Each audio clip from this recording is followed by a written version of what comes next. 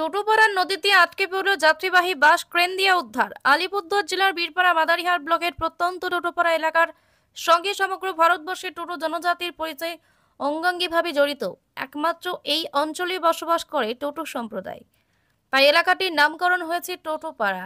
নাম যতটা সন্ধান, যাতায়াত ততটাই কঠিন, বিশেষ করে বর্ষাকালে।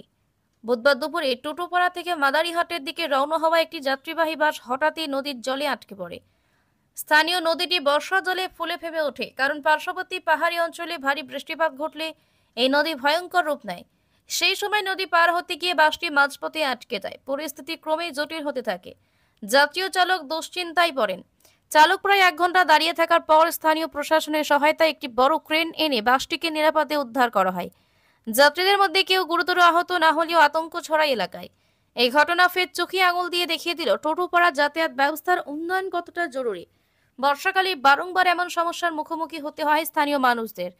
স্থানীয় বাসিন্দাদের দাবি, বছরের পর বছর ধরে আমরা এই সমস্যার মুখোমুখি হচ্ছি। প্রশাসনের পক্ষ থেকে স্থায়ী সমাধানের কোনো ব্যবস্থা নেওয়া হয়নি। এই বিষয়ে স্থানীয় প্রশাসনের পক্ষ থেকে জানানো হয়েছে, তারা বিষয়টি গুরুত্ব সহকারে খতিয়ে দেখছে এবং দ্রুত ব্যবস্থা